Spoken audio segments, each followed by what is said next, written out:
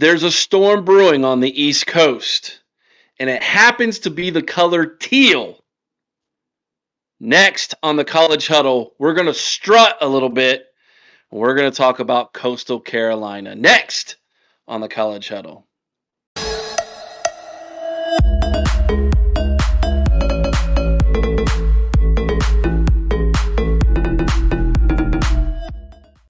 And joining me this evening on the College Huddle, this is TD from the Strut Podcast. That's right, folks. All decked out in the color teal. We're talking about Coastal Carolina football 2025. TD, welcome to the College Huddle. Eric, thank you, brother. Appreciate the invite, and thank you for being a part of the College Football Huddle. I know that Chili and Joe would have loved to join tonight. We had a podcast recording last night. It was Galileo, who's our GM, our new GM, new role for us, right? New position. You're seeing that across the landscape of college football. And we got Coach Tim Beck coming on tomorrow night. We'll go about 8:15. We'll go about 45 minutes with Coach Beck talking all things preseason camp ahead of the first week before we go to Charlottesville and play the Wahoos up there at UVA, man. But thank you again for the invite. I know those guys are here in teal spirit and look forward to breaking down the season with you. Well, I tried my best to get as much teal on as I have. It's more aqua than teal, but you promised me you'll get some merch heading over here to the Buckeye State for me, man. Yeah, man. I am one of those suckers. I love everything about Coastal Carolina. It's one of the coolest universities. It's got one of the coolest mascots, the Chanticleers. I've actually interviewed quite a few people who have a rooster as their mascot. The Chanticleer's got to be the best one, yeah? Yeah, man. I tell you what, in 1954, when Coastal Carolina started as a little night school here in downtown Conway, my wife and I are both from here, both went to Coastal. I was a student athlete there, as you know, played football in early 2000s. So if you listen to the Strut podcast with Chili and Joe and I, we talk about the history. We try to bring perspective and data, a little fandom, but not delirium. And so when all things go great, we're going to be on our high horse about it. When all things go bad, we're going to try to be a little perspective. But started as a night school in 1954, then became a junior college, branch college of the University of South Carolina. I had a short stint as a sister school to College of Charleston. And 1991, 1992, technically 91, 92, we got our independence from the University of South Carolina, only branch university or branch college to do so. And then we got crazy. And what was it, about 10 years later? Yeah, 10 years later, we decided, you know what, let's go real crazy and get some college football here. Start out with FCS football and had some success there under Coach David Bennett, Joe Moglia. And then we transitioned to FBS. Had a transition where we were close a couple times with 5 and 7 seasons. Coach Moglia stepped down due to health reasons. Jamie Chadwell stepped up, went 5 and 7 his first year. And then 2020, that's when it all got fun with Grayson McCall and that crowd during the pandemic years, and we took the college football landscape by storm in 2020 when we had College Game Day here. We actually hosted Game Day at our house. That crew was here. We hosted them for 3 days, which was kind of cool. They had the bus here, and that was when they were kind of doing their off-campus experience, and so it was great having them here. And then really, we're a baseball school that plays great football. Right. And people know baseball. We played for another national championship the year, lost to LSU. And Coach Schnall's got a great program. He built it on the bricks and foundation of Coach Gilmore and Coach Vrooman and others. But we're a baseball school that plays great football. And so hopefully we will be known as a great football school that also plays and gets up there in the top 25 again and starts contending for some other titles. I don't know if we'll ever get up there for a national championship. I'd love to make that 12-team playoff like we could have back in 2020 or 2021. But maybe in the future, the windshield of Coach Beck's era here, we'll be able to get that. I know we're going to break that down a little more.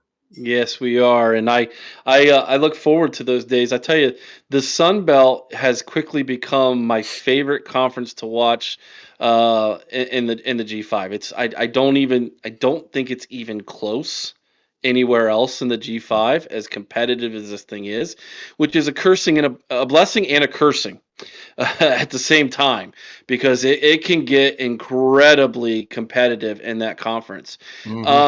Let's talk a little bit about the offseason. Let's talk a little bit about how last year ended. Yes. And then the offseason, and kind of get us up to speed to where we're at here, knocking on the door of the of college football here, returning to Coastal. Yeah, thank you. So the transfer portal, the landscape of what college football is now, especially in the group of five landscape of things, the portal is going to be either a slippery slope or complete roster builder, man. I mean, it could be something where you think you got something and you really don't, or vice versa. Um, you look back in 2020, 2021, 2022, even 2023, Coach Beck's first year, we were very fortunate to get some really quality kids in high school recruitment, JUCO recruitment, and then the portal. Ultimately, the last 2 years, we've had a little more turnover, I think, than Coach Beck would want to see. We've had about 45 to 50 kids in and out. But Coach Beck has come out and said this is his overall best team in 3 years, top to bottom. In the offseason, some changes were made, a lot of staff changes. And frankly, um, it was tough seeing some of those guys go. We had a former player, teammate of mine, Perry Parks, who was part of that. He ultimately got an opportunity to go back and be a head coach. So he left the program, but he had an opportunity to go be a head coach here in South Carolina. That was something he did prior, right? Before he went up to Charlotte, and he was an outstanding 4A coach in South Carolina. He's going to go back to doing that again. There were other staff members, some changes, really wholesale change, except in strength and conditioning and one or two other areas. But ultimately, Coach Beck brought in Jeremiah Johnson and his entire staff from La Tech. For those who don't know, you go look at La Tech's schedule last year. It's probably not as impressive. You're like, TD, they brought in that staff. Well, if you go look at what Coach Johnson and his staff did, they had a top 15 overall defense. Well, TD, they played in Conference USA. When you're losing games 9-6 and 17-14 and, 24-21, you're holding teams to where offense should win. And that's not an ultimate criticism of La Tech's offense. It's just they were in place 5 or 6 times to win games last year, and they just couldn't, for whatever reason, couldn't score enough points. We could score points last year. On times we just ultimately couldn't get the defense to get some guys and gals off the field. So ultimately for us, Jeremiah Johnson comes in from La Tech, brings in a top 15 staff. He brings that entire unit in, that entire staff. Let that sink in.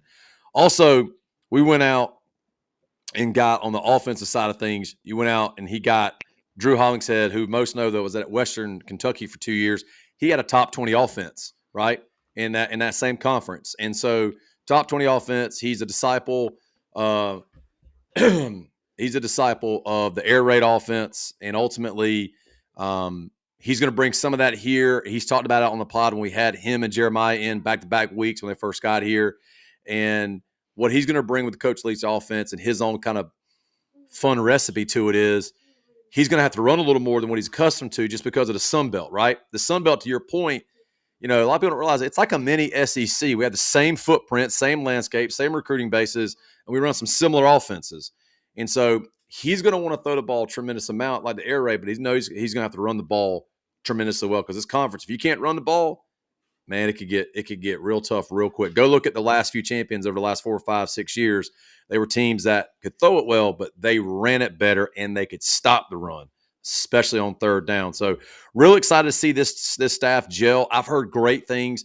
I heard the culture for the first time in 3 years is the best it's been under Tim Beck.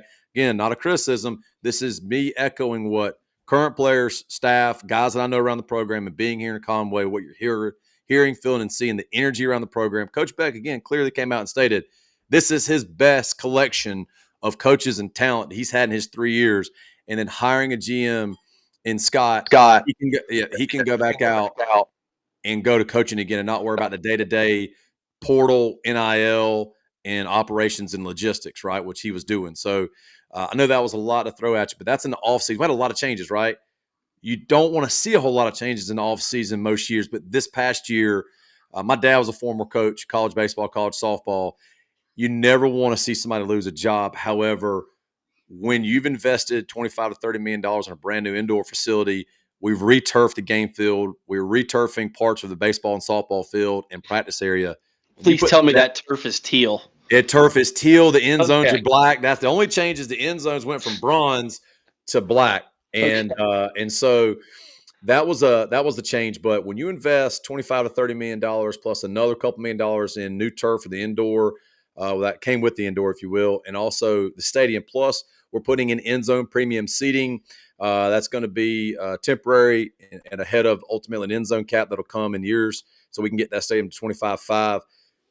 I offer all that, Eric, to let you know you don't make an investment like that unless you intend to see better than 5-7, which is what we were. And Coach Beck knows that, right? He knows that that's not the standard at Coastal, and he knows that's not going to get it done, especially in the Sun Belt, and especially in the Sun Belt, East.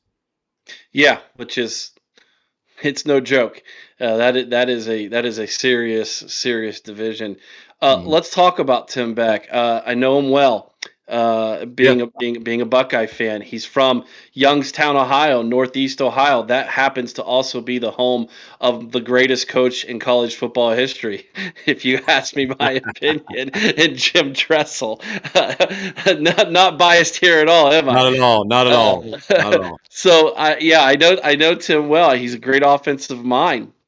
Uh, this is year number 3 there at Coastal for him. He's got a 14-12 overall record there. Let's talk a little bit about some of what he likes to do. Mm-hmm. Maybe the vision he has going into 2025. I know he's going to be on your program here in another day. So Mm-hmm. obviously, if you're a Coastal fan or a Sunbelt fan, make sure you head on over to the Strut and make sure you subscribe to what they're doing over there so that you don't miss that interview. But let's talk Coach Beck, man. Offensive guy, Mm-hmm. goes out there, gets a new OC, guys go back, hits the portal. What are we expecting here? What's the talk? What's the buzz around him? I'm assuming he's feeling pretty good about this team. He is, and again, I mentioned earlier, I referenced it a few times that he said this is the best collection of talent that he's had. Right, this is his best team in his 3 years inside that Josh Norman and Mario Norman facility, um, from top to bottom. Coaches, strength and conditioning, players, portal, JUCO, high school. He came out and said, he goes, this is our best team. We did have a setback. He touched on this. I'm not giving breaking news. And for those that listen to this Strut podcast, and I'll be new, we're not the podcast that's going to call for somebody's head or call for, reports on injuries, right?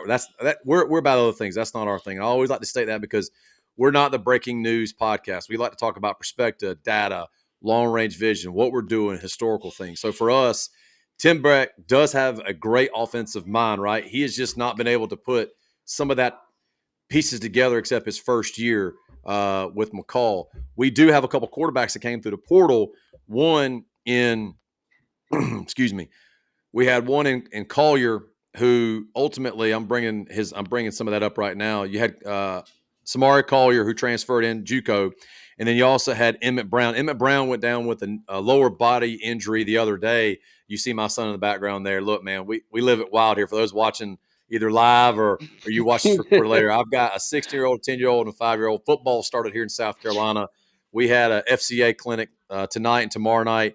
So school started back, so we're pretty wide open around the Danley house right now. But Somali Collier right now is most likely, this is TD talking, I haven't got this from Coach Beck, but he's most likely going to be your projected starter. John Hunt and or Tad Hudson's probably going to be your number 2. MJ Morris, depending on what we do, may or may not redshirt, depends on what Coach Beck then want to do. Emmett Brown and Samari Collier were going to be your 1A, 1B. They were going to push each other, but then Emmett Brown, who transferred him to San Jose State, had a great year, man. Massive offensive numbers. Go back and look that kid up. He went down a lower body injury that ultimately was going to keep him out this season, and I hate that for him. And we were hearing good things that they were pushing each other. And as you know, if you have 2 quarterbacks, you have no quarterback. But if you have 2 quarterbacks pushing each other, you're going to get one that comes out on top and one that's always going to be ready. And so that's Coach Beck's forte, right? You were at Ohio State. Joe Burrow was a guy that he recruited, that he developed for a couple of years. And he came on our podcast the first time. He was one of the coaches that looked at Joe Burrow and said, Joe, we love you. We hate to lose you to the portal and or someone like LSU, but man, you just may not get the playing time here, right? So he had the ability, he had that self-reflection and that respect of his players to be able to go out and have those conversations, right? And tell the kid that. And so now for Ohio State fans, it's probably not what you wanted to hear after what Joe Burrow did at LSU, but you got to appreciate, as a former student athlete, former football player, you got to appreciate a coach that has the transparency and the respect for his team and his players to say, look, I love you, man, but you need to go blossom somewhere else. And that's ultimately what Burrow did. So he can recruit, he can coach quarterbacks. That's ultimately what he's doing. Drew's going to come in and run the offense. Jeremiah's going to come in and run the defense. I'm hearing that the offense is zipping the ball around the field, the best they have in 3 years, and I've heard the defense is absolutely flying around in Jeremiah's defense. I'm excited to see what we look like at UVA. Frankly, last year, UVA at home, our first ACC opponent, we didn't do well. We frankly just looked like we were not in it from the start, which is very unlike a coastal football team. But Tim Beck has got a lot of energy. You can tell in his press conferences. They've had some social media drops, Eric, that showed some behind the scenes. He's all in on this team. I mean, you can tell by his demeanor. You could tell by how he's conveying what's going on in the program. He's all in. CJ Shrimp, who's on the staff there, who played on that awesome 2020, 2021 teams. He's a high energy guy.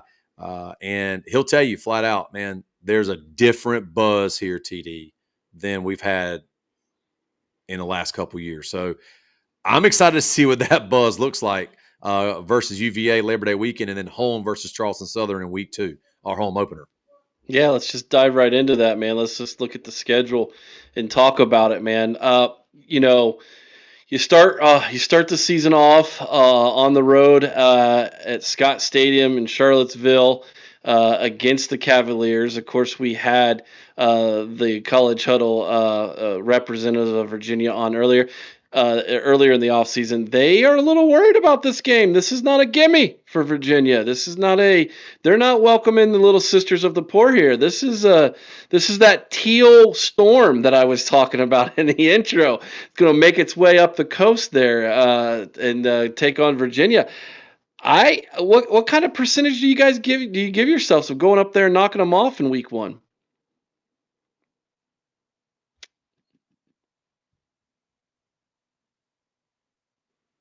I give ourselves about 51% or higher. It's I like to sit here and say that we're 100% in every game. But I give ourselves 51% higher because you just don't know, right? I talk about it on our podcast all the time. Games 1, 3, and 5, right? 1 is, can you control your energy, right? Can you control that? We haven't hit anybody else since last year, right? We were 5-7. I got something to prove. I'm a kid that came in the portal. I was looked over the last 2 years, whatever program I was at. I'm going to make my name known. Game 3, you've been able to have 2 games to refine your product, and you really know by then what you're working with. And by game 5, you are who you are, right? You know by game 5, you know who you are. I give ourselves 51% or higher. Here's why. I think there's something unique that if Collier can get going and Bruce can get that defense going, Shane Bruce can keep that defense framed up well under Jeremiah Johnson, we stay, what I would like to say, in games like UVA and South Carolina, which we have later in the year, keep the game in a phone booth, right? Can you keep it in a phone booth when a dog fight, right? Can you keep that game in a phone booth where you're constantly in a fight, right? Can you stay within 2 scores or less? And I think we can do that because ultimately, too, look, UVA's under some pressure too up there, man. They need to get to a bowl this year, or there may be some changes in UVA, and they're also facing some of the same challenges that other high academic group of 4 or power 4 teams are facing, where if you don't have NIL, and that's something too that we've been able to do really well, is build up some of the NIL coffers a little bit more so the last few years than we had prior. Again, are we one of the top 2 or 3 in the Sun Belt? Probably not, but we're definitely in the top half. And so because of that, I know UVA's got some challenges there too. I would say if we could keep it in a dogfight, keep it in a phone booth the first half, some special things could come loose, especially if you got a Charleston Southern the next week. You got to let some things hang out that first game there, Eric. Hey, you got some double reverses, some speed option passes, some things like that. Let Samari Collier, if he happens to be your starter, kind of maybe do some things on the fringe of the offensive package and playbook. Let it fly, baby. Got nothing to lose, man. If you lose the game, you win all out. But there's a quiet confidence about us going to UVA. Charleston Southern, the Buccaneers come to Conway in week number 2. And then week 3, you said it, 1-3-5, that number 3, that's East Carolina, the Yep. Pirates. Yep. That's gonna be a heck of a game right there.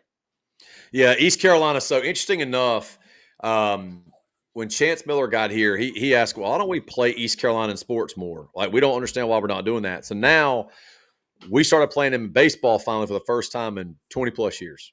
We played them at a away series there. We're coming home. So we have a 4-year deal in football and baseball where we're going to play them home and away in football and baseball. So this starts that 4-year series here in Conway. I'm excited.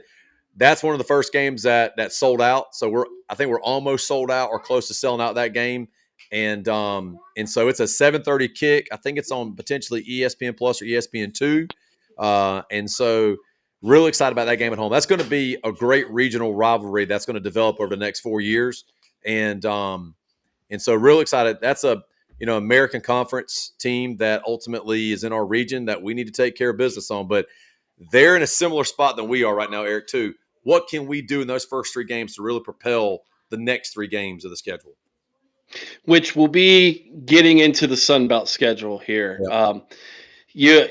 I don't want to go through every single game, but I do want to highlight a couple. At Old Dominion, Yes. I feel like that is a sneaky good team that people need to be careful with this year. Yep. Yeah. Ricky's got he's also in a situation. We talked about this on our preseason podcast. He's in a situation where there are many in the Sun Belt think that he is extremely poised and positioned to really win the East, right? Can we spoil some of that early East crown thoughts in game 5?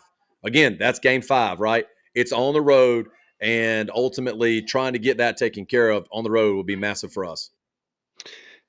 Any of the other games in the conference play that you want to highlight? Obviously, the big one at the end of the year with James Madison. That's definitely one. And gosh, you don't give yourselves any any break by playing at South Carolina the week before your season finale, going up against an SEC team. But I gotta feel like looking at this schedule, it kind of looks like it breaks pretty nicely for you until the end of the year.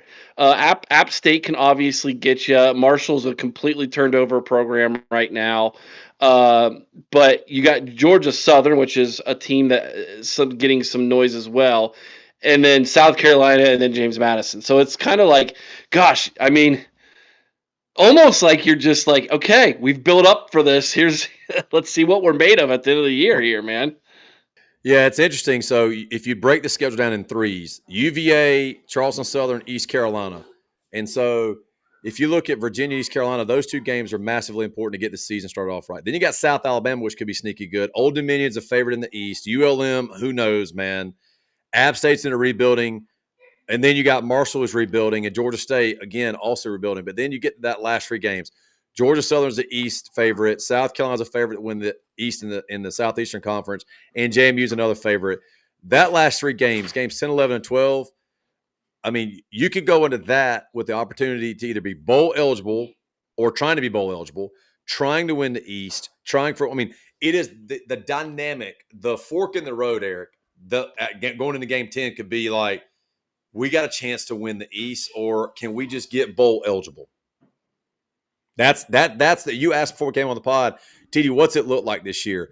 Those 3 games, those first 3, and then those last 3 for us, we're going to know in those first 3, right? Can we compete? Can we take care of business? And then can we beat someone that's a peer team, right? And if you could be 2-1 in that, right? If you could be 2-1 or better, wait a minute, we got a chance here, because no disrespect to the next 4 games, 4 out of 5, but those are games that, considering where those programs are right now, they're not head and shoulders above us, right? Even ODU is going to be a tough game, right? It's away at ODU. It's going to be a tough game, but yet we went there 2 years ago and beat them, right? And so then you get to that last 3, man. That's where, again, like the first 3, are we going to be bowl eligible, or are we trying to get bowl eligible? Are we going to be competing for East, or are we just trying to survive, right? Yeah. And I don't think it's going to be it. As crazy as it sounds, man, I think we're either going to be 9+ wins this year or 5 or less. And I know that's a weird gap, Yeah, that's a bit. but That's pretty if you big. look at it, the schedule sets up where we could take advantage of some really great opportunities. Because again, East Hmm. Carolina at home, Georgia State and Marshall at home, right? JMU at home, Georgia Southern's away. We've got a pretty even record. We're 4-2 versus Georgia Southern the last 6 years, and we've won 2 of those 4 games on the road, right? And so it's not like we can't go to Statesboro and win. But Clay Helton, man, he and ODU, right? What Ricky's got there, that's to your point. They could be sneaky good this year, and also too, Georgia Southern's not a program too with Clay Helton. They know right now's the time, because if you give Coastal and App State time to rebound and rebuild again after the last year or two, things could get real special in the East again. Mm-hmm. Mm-hmm. All right. So I always ask, what's the ceiling? What's the floor? This might be the largest gap in all the previews. Give me your just a terrible, nothing went right, basement floor, and everything went right, attic ceiling. I think worst case scenario 4-8. I think best case scenario probably 9-3. So, yep. Yeah, that's quite the swing. That means there's a lot of games there in the middle that are coin toss, close one score games. More than likely is what that means, which is And, means and it's going to be an incredibly fun season. And that's exactly what it is. That I'm looking at it not like, like 4-8 and we're getting blown out. It's to your point. We may lose a couple 3 games where it's like a touchdown or less. Like we're in it, we just couldn't finish it. Or the flip of that, and we're 9-3, and you hate to assume a loss, but probably at South Carolina, depending on how well they play. Which kind of, if you're a Coastal fan, man, you're not real, not there's this weird dynamic here because we were a branch college of University of South Carolina, so there's a fan base that's a certain age group that pulls for both, and then there's a certain age group that absolutely cannot stand South Carolina at all in anything, right? And so if you had to pencil in probably a loss, like just using common sense, that's probably a loss, and then maybe another loss in conference somewhere. But again, to your point, that is the what is it, Occam's razor, right? That's how thin Hmm. it's going to be. We could be 4-8 or 9-3, and if we're Wow. 9-3, that means it could be a real special year for Tim Beck and this crowd. And again, you may have a couple losses that just, man, you go, God, if we'd have had one more possession, and if we could have converted that third down. I don't think, I could be wrong. I don't think we're going to go out and just absolutely get hammered, right, in 3 or 4 games, right? And we kind of had that last year where when we lost, man, we lost a few games bad, like Virginia, JMU, and a couple others where we just lost bad. And then there was games where we won and we were like, dude, we look like world beaters right now. And so you just Hmm. wonder if that's gonna come in a little tighter for this year and this staff and this team. All right, let me throw some fun questions at you here in closing. What do you say to everybody who's like, I can't stand all the teal? I get that a lot from the other Sunbelt schools. The teal is real. If you don't like it, beat us. If not, we're gonna fly it right in your face, man. It's look, everybody has their own color scheme that they cherish and love and are loyal to, but there's red and blacks, and there's black and golds, and there's blues. There's only one color scheme in the country that's teal, black, and bronze, and that's us. And there's only one. Technically, there's 2 schools with a Chanticleer, but there's one school everybody knows that's a Chanticleer. And so we're pretty proud of that, man. But hey, the teal's real. If you don't like it, don't come. Right? Go somewhere else, man. Go to some other school. I love it. I love it, man. All right. Um, the Sun Belt. We talked a little bit. We touched a little bit on it. Where do you think the Sun Belt is going with all of this college football realignment?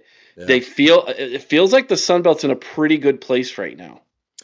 The Sun Belt is, if you've been on our podcast, you'll know that I'm going to say this as PC as I can, but I'm also going to say as direct as I can.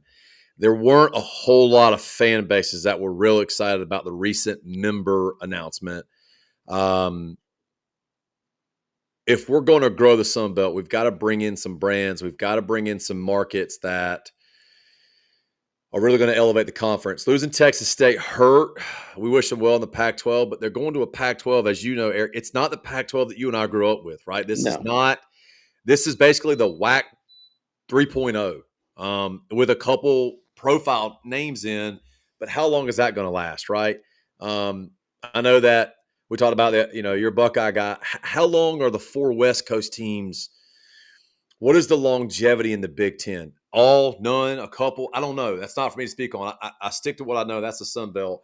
I could see the next shakeout in 2027, 2028 when some of these media rights deals come up to where if the Sun Belt continues to elevate its product with football, basketball, and baseball, it's got to get better in basketball overall. But baseball, it it's one of the top five conferences, six conferences in baseball, flat out. Football, it's in my humble opinion the best group of five Oh, conference. it's It's definitely the the best fifth group. best conference. It's the best. It's the Yeah. fifth best conference, and so does La Tech help us? Man, that's to be determined. But right now, optically, outside looking in before they join, they don't. As far as football, we need to get a couple more profile schools. But I like where the Sun Belt is because you've got regional rivalries, geographical continuity. You've got schools that are of similar DNA and background, right? They're gritty. They're in states where there's larger institutions that they constantly are fighting and grinding against, whether it be in their state houses, in someone's backyard with brand, trying to make space at the local Walmart. I mean, that matters, right? I mean, that Hmm. matters. And so here, like in South Carolina, we're always up against. We've separated ourselves from everybody else in the state. It's basically us, Clemson, and South Carolina that are constantly fighting over market share. Whereas if you're in Louisiana, man, it's LSU than everybody else. But Louisiana has elevated. They're right there behind LSU, right? In Georgia, you've got Georgia, and I would say Georgia Southern, then Georgia Tech. I mean, no disrespect to Georgia Tech, but I would say there's probably more of a Southern presence there than there is a Tech presence. Call me crazy. That's just what I've seen with our travels. Fifth best conference in football. I think it's the top five or six in baseball. It's a top five or six in softball. It's a number two. It's number two men's soccer conference. People don't realize how great the soccer conference is. Go look. We'll have four or five teams ranked this year out of the eight or nine that we have. So the football where we are as members, I think there's an opportunity coming up with the media rights deal. We've got to go out and maybe get one or two brand names from the American, but the media rights deal has got to be lucrative enough to where you can draw them away. What a lot of fan bases have urged for is can we go out and get a West school? Could it be a Western Carolina? We thought maybe a Memphis, but Memphis is going. They're thinking big numbers. Can you go get a Texas school or maybe a Western Kentucky? Can you go get an East Carolina? Can you go get one or two Florida schools? Right, to get to that 14 or 16 magic number to where you have two divisions of eight, or you do kind of like the SEC does, where you do the quads, right? You have your three or four teams you play every year, and then you rotate the other quads. I'm not bashful in saying this. A lot of our leadership looks at what the SEC does, and it's one of those things. There's two types of R&D, Eric. There's research and development. There's rip off and duplicate. And right, Yes. and so it's a little bit of art and science for both. And so, I mean, there's a reason why our conference colors are yellow and blue. There's a reason why we're in the same. I mean, our footprint is almost similar to the SEC, and that's why we're able to play them in football, basketball, baseball, soccer, softball, and that's why we've been able to elevate our RPI in those sports or FPI in football because don't overthink it. There's big brands here. It's almost like the MAC teams playing the Big Ten teams. Don't overthink it, man. Go play those games. Get Hmm. $1 million. Put that into your budget, right? But we're fortunate enough to be in some of the Sunshine States, hence the Sun Belt, to where you can go out and have more revenue producing sports, right? Or at least better revenue producing sports.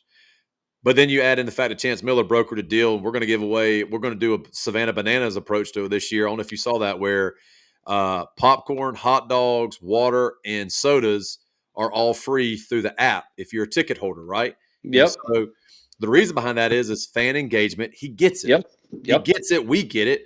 And the cost of goods are going up. So how do you broker that deal? Well, you work with your partners. You work with your vendors and your partners to broker a deal. And that's something that Chance talked about on the pod before. I don't want to take away. If you want to know how that works, go on our podcast. He explained it masterfully. But he got the idea from Savannah Bananas. They actually contacted them and talked to him and said, "Hey, man, how does this work?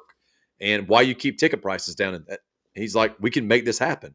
And so they brokered that deal. Also, too, we talked about before we came on the podcast. Not many programs in the country. Let me see if I can get this right. But there's your logoed Bud Light can, Look right? at that. Yeah, man, we're only one of about 2 dozen programs in the country that got that, which is pretty cool. And so, man, we're just excited about what's going on in Conway, man. The Conway Myrtle Beach area. We're expecting 20,000, 22,000 plus at every game, especially with the schedule we got at home and regionally close by. This could be a really challenging year, like I touched on, or it could be a really exciting year. Let me ask you this. Let's say 5 years down the road. Mm-hmm. The ACC implodes, which seems to be what could happen. I Miami, think Clemson, Florida State. They're looking yep. for the SEC, man.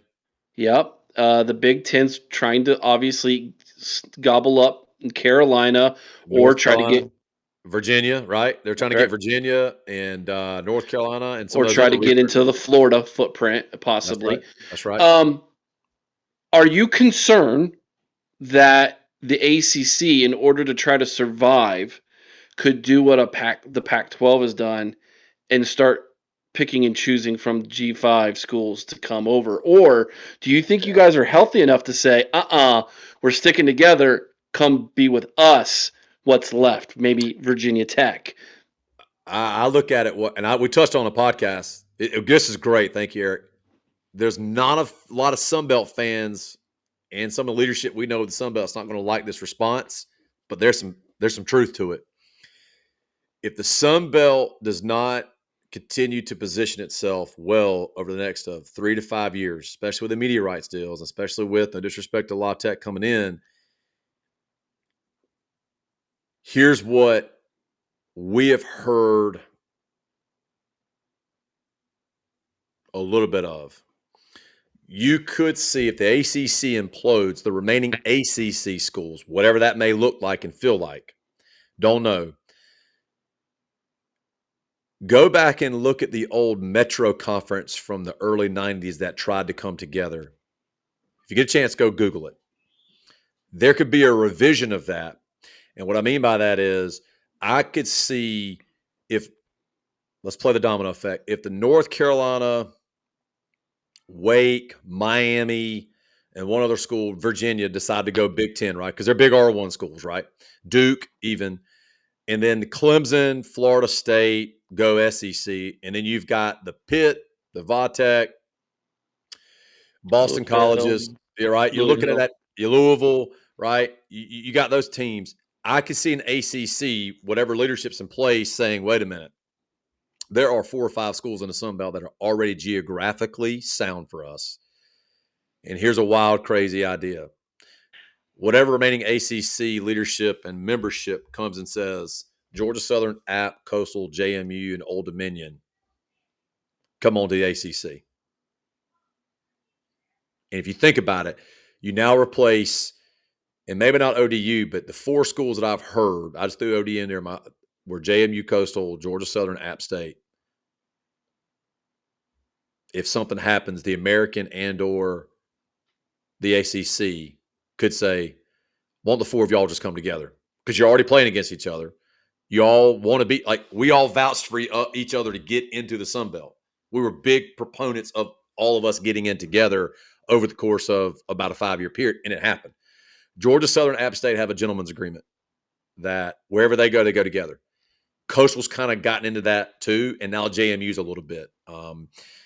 I cannot speak for the university. I cannot speak for the athletic administration, but you're hearing it, and also too at some point, if you think about it geographically, and what App State's invested in a 40,000 seat stadium, JMU's got 30,000. Coastal can go to 25 plus. Georgia Southern can go to 25 plus. Baseball is fantastic. I mean, if you think about the other sports, and also here's the other piece. Some of those schools play in the Sun Belt with other sports because the SEC and ACC don't have certain sports like men's soccer and some other things. So there's already some relationships that are cultivated Mm-hmm. through that, Eric. A lot of people don't realize that. Go look at the Sun Belt membership in some of those Olympic sports, international Olympic sports, and there's some of the SEC, ACC schools playing in the Sun Belt under that banner. And so it's not far fetched. There's already some relationships. I could see those 4 schools, to your point, if dominoes fell, you had a couple go to Big Ten, a couple ACC go SEC, they've got to backfill 4 schools. Regionally, the ACC is trying to keep that East Coast, east of the mountains, east of Louisville footprint. I could see those 4 schools saying, y'all, it's been real, it's been fun, but we're going to the ACC. Mm.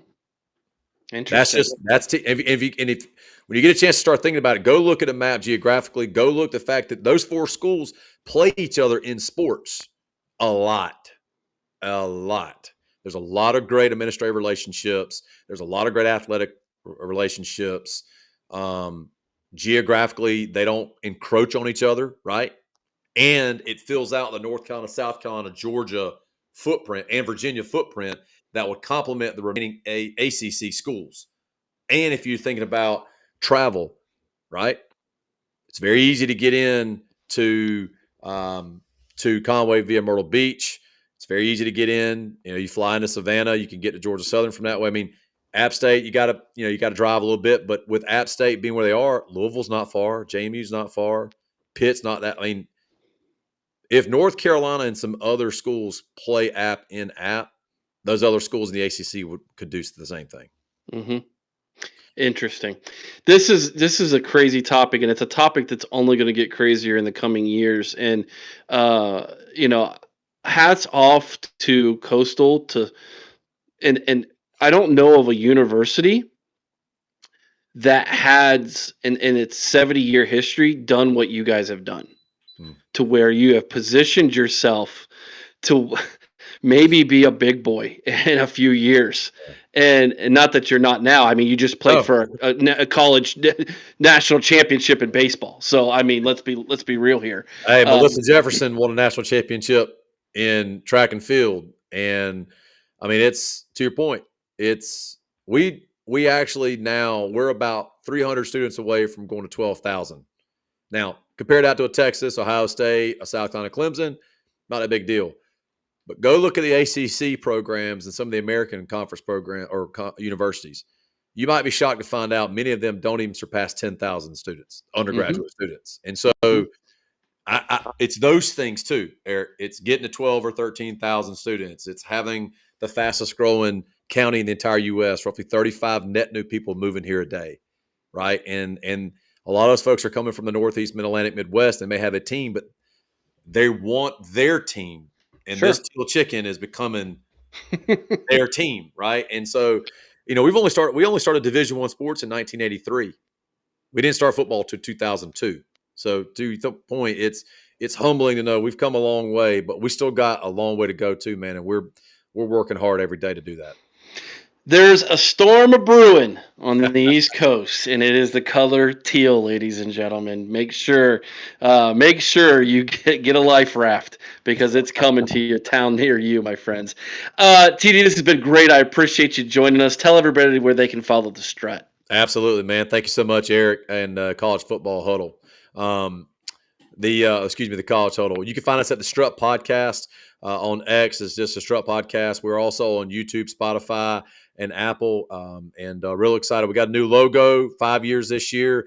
Getting some swag out. We're gonna have hats, hoodies, polos, koozies, and stickers. We're gonna keep it simple, man, and keep it teal. And appreciate you having me on. I know that Joe and Chili have texted me and wish they could be on.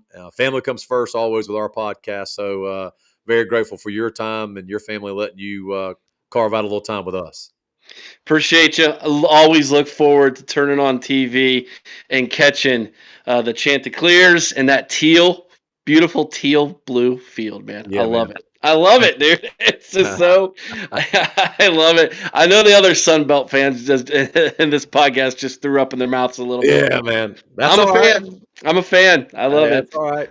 It's All right, look, man. everybody, go check Appreciate it, man. him out. Check him out. I do have one more question. All right. Obviously, if I were to head on down to Conway and I wanted to fit in with the locals, I gotta get on some strut gear, wear some teal. But I've noticed that a lot of people are doing this. Okay, that. That. So this is our rooster. So there's the head of the rooster, the beak. This is his feathers. So if you see our logo up top there, and you see our logo here, the feathers up top, and then there's his beak. And so that's how we'll say Shant's up. And it's actually there's an older chant we used to do. It's called Cino. Coastal is number one. We used to say CINO, but now it's just Shant's up. And so it's fun. I'll leave you this. Whenever you travel, like we traveled to Omaha, we're going to Houston this year for the baseball classic down there, the Astros baseball classic, where Coastal will play Texas and Ole Miss and a few others. When you travel and you wear teal and you wear this, it's amazing. My wife and I are both alums. It's amazing how many people will point at you and go, "Oh, man, I know that logo," and that, man, that's pretty cool, man. Because we're just, we're here in a 35,000 town, resident town on the banks of the Waccamaw River. We got Myrtle Beach just 10, 12 miles away. I know the Louisiana fans rag us because we're not technically at the beach. I get that, but you know what? We're closer to a beach than you are, and look, the sun shines brighter, the water's tealer and bluer, if you will. It's more beautiful. Louisiana is a beautiful state. I got some in-laws down there, but I will take South Carolina over Louisiana's landscape all day long.